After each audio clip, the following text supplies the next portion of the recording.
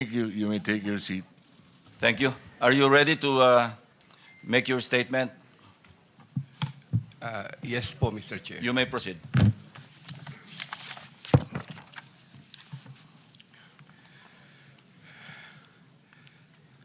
Dear Senator Lacson and honorable members of the Blue Ribbon Committee, I am Roberto Bernardo, formerly an Undersecretary for Operations of the Department of Public Works and Highways, DPWH. I was summoned to appear today before the Honorable Blue Ribbon Committee and required to testify in connection with its ongoing inquiry in aid of legislation into the reported anomalies in certain DPWH projects, flood control projects. Bago ko po ilahad ang aking nalalaman sa mga bagay na nais tumbukin ng kagalang-galang na Blue Ribbon Committee, ako po ay umaamin sa aking maling nagawa. Ako po ay hindi naging matatag at tapat sa pagpapatupad ng tungkulin na ipinagkatiwala sa akin ng ating pamahalaan at sambayanan. Taus-puso at puno ng pagsisisi na ako po ay humihingi ng kapatawaran sa Diyos, sa ating bansa at mga kababayan, gayon din sa aking pamilya, mga kaibigan at sa lahat ng aking binigo. Nakagawa po ako ng pagkakamali at pinahintulutan ko po ang aking sarili na maging kasangkapan sa pagpapatupad ng isang masamang gawain. Handa po akong gawin ang lahat ng nararapat upang maiwasto ang aking kamalian at maiwasan na ito'y mangyaring muli. I wish to assure the Honorable Blue Ribbon Committee of my full cooperation with the investigation. I am submitting an affidavit outlining my knowledge and of and involvement in certain events material to the subject of investigation. Moreover, I will disclose and expound on related incidents within my personal knowledge, mindful not only of the materiality of my testimony, but also of my rights, as well as fearful of what effects my disclosures will have on my family's safety and well-being. I have applied before the Department of Justice for coverage as a state witness under Republic Act No. 6981, otherwise known as Witness Protection, Security and Benefit Act. I hope the Honorable Blue Ribbon Committee will find merit in my application and favorably endorse the same to the DOJ. With the assurance of the Honorable Blue Ribbon Committee that my rights and benefits under RA 6981 shall be respected, I am prepared to submit the aforesaid affidavit to Honorable Blue Ribbon Committee and swear to and testify on the same, with the approval of the Honorable DOJ Secretary on the disclosure thereof for such purposes. The highly sensitive nature of the disclosures made in my affidavit cannot be stressed enough. These deal with involvement in irregularities of 4 senators and 1 congressman, 1 member of a constitutional commission, and 1 undersecretary, seriously undermining public trust in 2 out of 3 branches of our government and a constitutional body, thereby posing a significant threat to our national security as it may lead to political instability, which may weaken the ability of the government to function effectively. 25 of September 2025, Makati City, Metro Manila. And this, Mr. Chair, signed na po ito. Okay. May we hear from Secretary Remulla since he mentioned about his application for admission into the program? Your Honor, we will have to evaluate his statements in relation to all the other testimonies that we have gathered in the DOJ and in the Blue Ribbon Committee. The Senate President, Mr. Chairman, Guzman. we would like to listen to your sworn affidavit, if you have one, or an affidavit that you will swear to complete the disclosure that you're talking about. Otherwise, those are mere general statements. Please, thank you. Yes, Mr. President, Mr. Chair, may I be allowed to read the... Yes, you may proceed, Yusek Bernardo. Affidavit. I, Roberto R. Bernardo, Filipino, of legal age, a resident of Malolos City, Bulacan, under oath, depose and state. In connection with the ongoing Senate Blue Ribbon Committee investigations, I intend to submit this affidavit which provides details of my knowledge about matters within my jurisdiction relating to flood control projects when I was still serving as Undersecretary for Operations of the Department of Public Works and Highways. This affidavit lays out details. Sorry, excuse me. You have your counsel now with you? Yes, sir. Yes, po, Okay, Mr. on Chair. record. Okay. This affidavit lays out details of the involvement of legislators as well as other government officials with a commitment on my part to expand these disclosures as my best recollection of facts and records may serve. Number three, since the received an invitation to appear in these proceedings, I began collating, vetting, and consolidating all written communications, documents, tables, and matrices, and lists in my possession, the retrieval of which has been difficult since I retired from public service last August 2025. With the benefit of more time and greater freedom to access files, I am confident that I can provide even more material and relevant evidence that would clarify the issues once and for all. Number four, more importantly, I am executing and submitting this affidavit with my full and absolute consent as an integral part of my application to be admitted under the Witness Protection Program through the favorable recommendations of the Honorable Chairman of the Blue Ribbon Committee, Senator Ping Lacson, and the Honorable Senate President, Tito Soto, under Section 4, as well as Section 10 of Republic Act Number 6981, otherwise known as Witness Protection, Security, and Benefit Act before the Department of Justice. I attest and confirm that the names, dates, and transactions mentioned hereunder are based on my direct personal knowledge and have ample documentary support where necessary or desirable if given full opportunity to retrieve the same.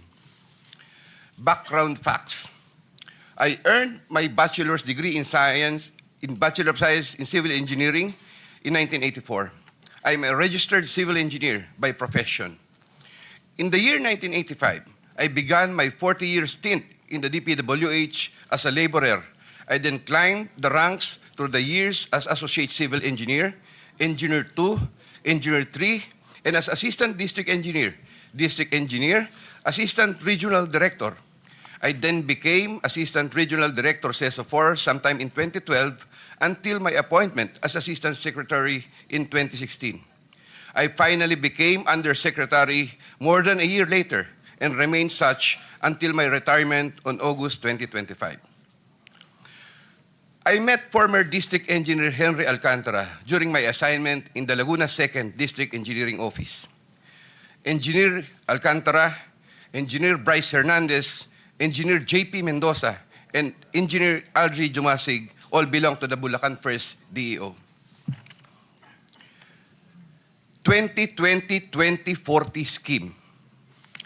Sometime after the State of the Nation address of President Ferdinand Bongbong Marcos Jr. in July 2025, and while I was already on sick leave, I heard from Secretary Bunoan for the first time that Engineer Alcantara, Engineer Hernandez, Engineer Mendoza, and Engineer Dumasig were engaged in contracting activities using the licenses of other contractors.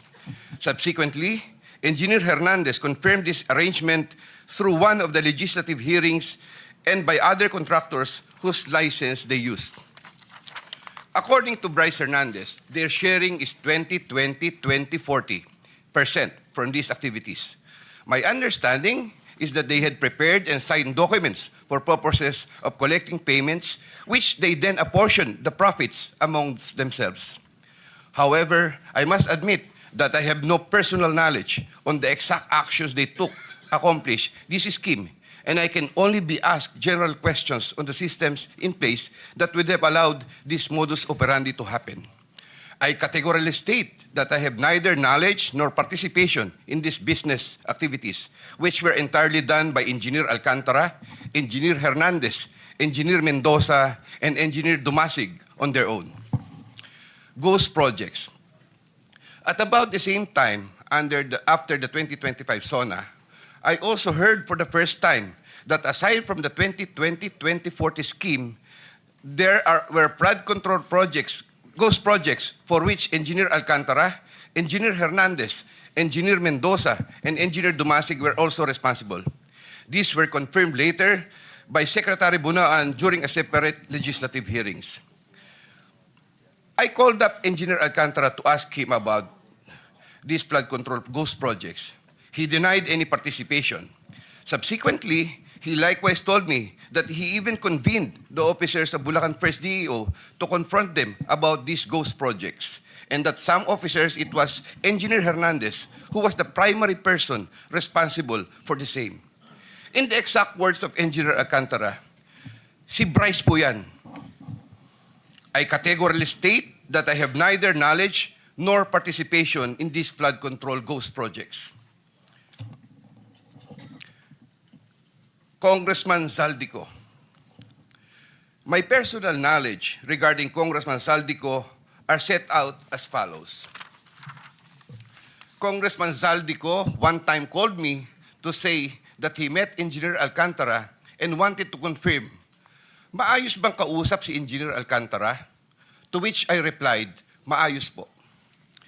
Engineer Alcantara then told me that Kong Zaldico was asking for a 25% commission, and out of that amount, 2% was to be shared equally between Engineer Alcantara and myself. In his exact words, boss, hati na tayo sa 2%. Furthermore, Engineer Alcantara would tell me every time that he made deliveries of cash to Congressman Zaldico in compliance with his commitment to Congressman Zaldico.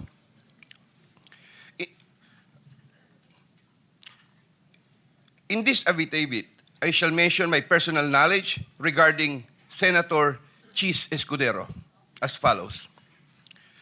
Maynard Ngu and I are close friends, and we go years back. He is also a close friend and campaign contributor of Senator Chis Escudero. Maynard Ngu asked me to submit a list of projects. I personally submitted a list of projects to Maynard Ngu, and some of the items therein pertaining to Valenzuela and Marinduque projects were subsequently included in the General Appropriations Act. A copy of the list of Valenzuela and Marinduque projects is here to attach to this affidavit as Annex A. When I gave him the list and in relation to the commitment, I asked him, Boss, paano to? Maynard replied, bahala ka na. I asked, Boss, okay na ba ang 20%? Maynard said, okay. After inclusion of the projects in the GAA, I delivered 20% of approximately 800 million or about 160 million to Maynard Ngu, which was meant for Senator Escudero.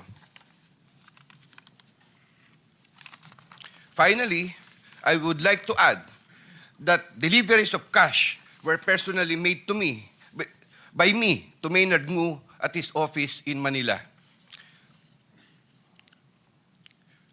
I confirm that Commissioner Lipana requested that he be referred to officers of Dpwh Bulacan First DEO. I referred to Engineer Bryce Hernandez. I have no personal knowledge if they were able to secure a project in Bulacan First DEO. Furthermore, and subject to possible referral to an executive session upon the approval of the Honorable Chairman, I attest to the broader systemic issues in DPWH that are widespread. My statements hereunder are based on personal knowledge and direct interactions with the personalities involved with great risk to my safety and that of my family members. I confirm the following. Yusek Trigiv Olaybar of DepEd. Yusek Trigiv Olaybar used to work for Senator Ramon Bong Revilla and Senator Sani Angara before his appointment as Yusek for the Department of Education. Sometime 2010, I met for the first time Yusek Olaybar, who was then working in the office of Senator Bong Revilla. Later, I learned that he transferred to the office of Senator Edgardo Angara and then later to Senator Sani Angara. Sometime 2024, Yusek Olaybar personally called me for a meeting to discuss about unprogrammed appropriations, supposedly for the office of the Executive Secretary In the said meeting, he requested me to submit a list of projects. After the meeting, I asked Bulacan First DEO to prepare a list of projects for funding. Thereafter, Engineer Alcantara submitted a list of projects worth 2.85 billion. Here to attach as Annex B is a list of those projects. Subsequently, I submitted this list to Yusek Olivar. Yusek Olivar told me that the commitment is 15%. In his words, boss, 15 yan. Thereafter, the DPWH received a special allotment release order for 2.85 billion for the projects listed in Annex B. Engineer Alcantara, from time to time, would collect and deliver the agreed 15% commitment to me, which I delivered or caused to be delivered to Yusek Olivar in Magallanes, Makati, and other places.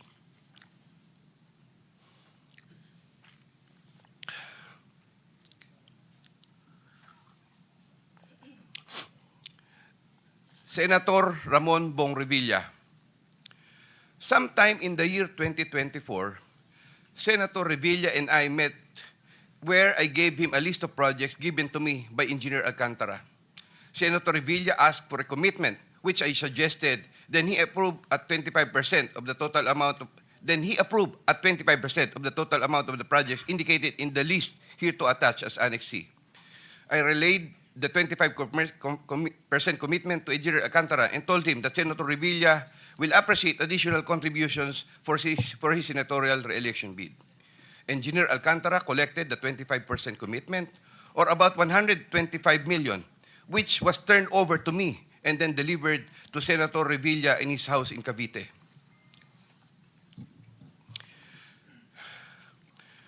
Senator Nancy Binay. Sometime in the year 2024, Carlin Villa, a staff of trusted confidant of Senator Binay, called me and asked for a commitment which was set at 15% of the total amount of the projects indicated in the list here to attach as Annex D. I relayed the 15% commitment to Engineer Alcantara. Engineer Alcantara collected 15% commitment, or about 37 million, which was turned over to me and which I then delivered to Senator Binay at a house in Quezon City. Given the complexities of the transactions and personalities involved, I humbly reserve the right to submit a supplementary affidavit if warranted in the premises. I attest to the truth of the foregoing statements based on my personal knowledge and authentic records. In witness or hope, I will be affixing my signature this day of September 2025 here. Mr. Chair. Yeah. Kindly sign your affidavit in the presence of everybody.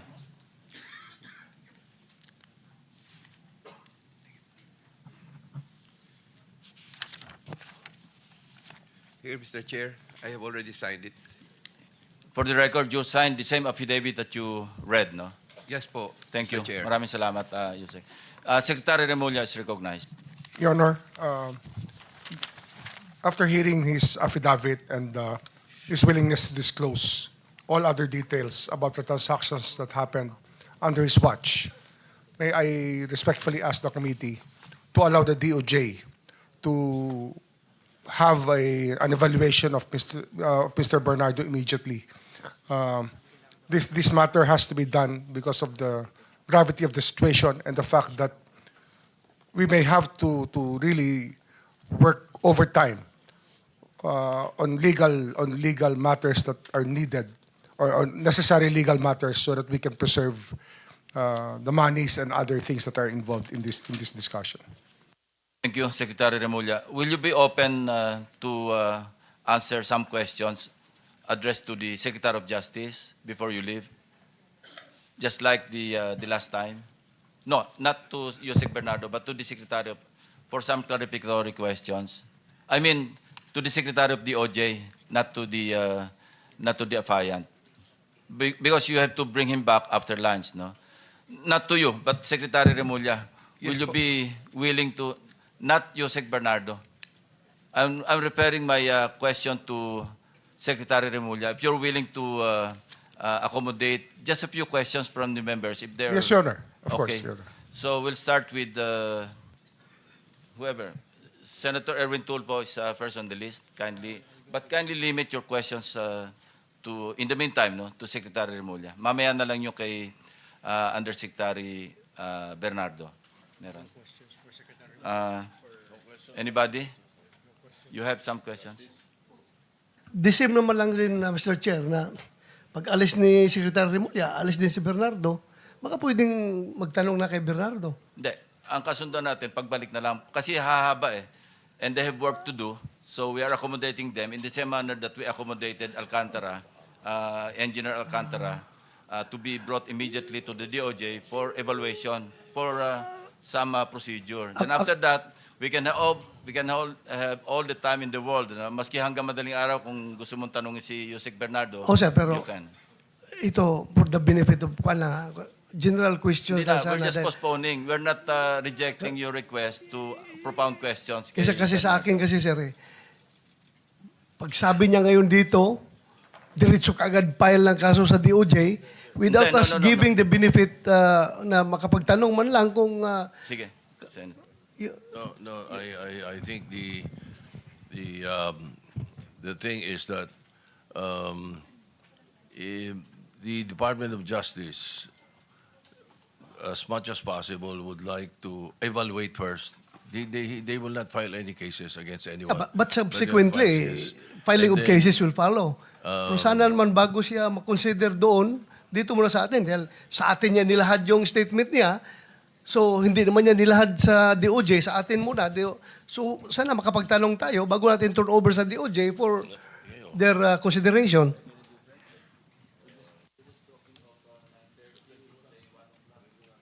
Mr. Chair, I think the point. Hearing is suspended.